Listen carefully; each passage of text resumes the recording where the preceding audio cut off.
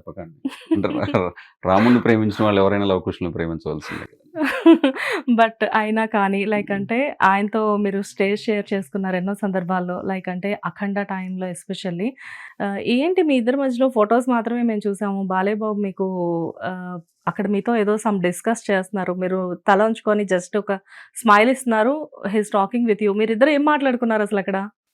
ఏం లేదండి. సినిమాలో పాటల గురించే మాట్లాడతాం. ఆ మాటల గురించి ఏదో మాట్లాడతాము. అవునా? చాలా పార్టీ గురించేం అప్రిషియేషన్. కాదా? అప్రిషియేషన్ అండి అంతే ఛీ! అలా ఏం లేదండి. కానీ అది చెప్తాను కదండీ! బాలయ్య బాబు అనే వ్యక్తి మనసు ఎంత మంచిదో అందరికీ తెలుసు. నేను ఇవాళ ఏం కొత్తగా చెప్పబడలేదు.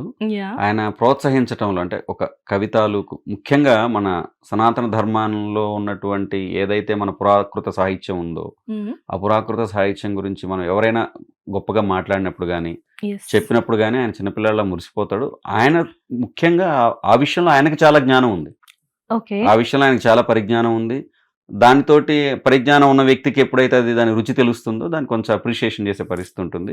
నిజానికి బాలయ్య బాబుని చూడటం చాలు అనుకునేటువంటి ఒక పల్లెటూరు నేపథ్యం నుంచి నేనొచ్చాను. అలాంటి నేపథ్యం నుంచి వచ్చిన వ్యక్తిని నేను ఆయనతో కలిసి పని చేయటం అనేది నిజంగా నాకు చాలా అంటే ఫ్యాన్ మూమెంట్ అంటాం కదా! హ్మ్. Fan moment.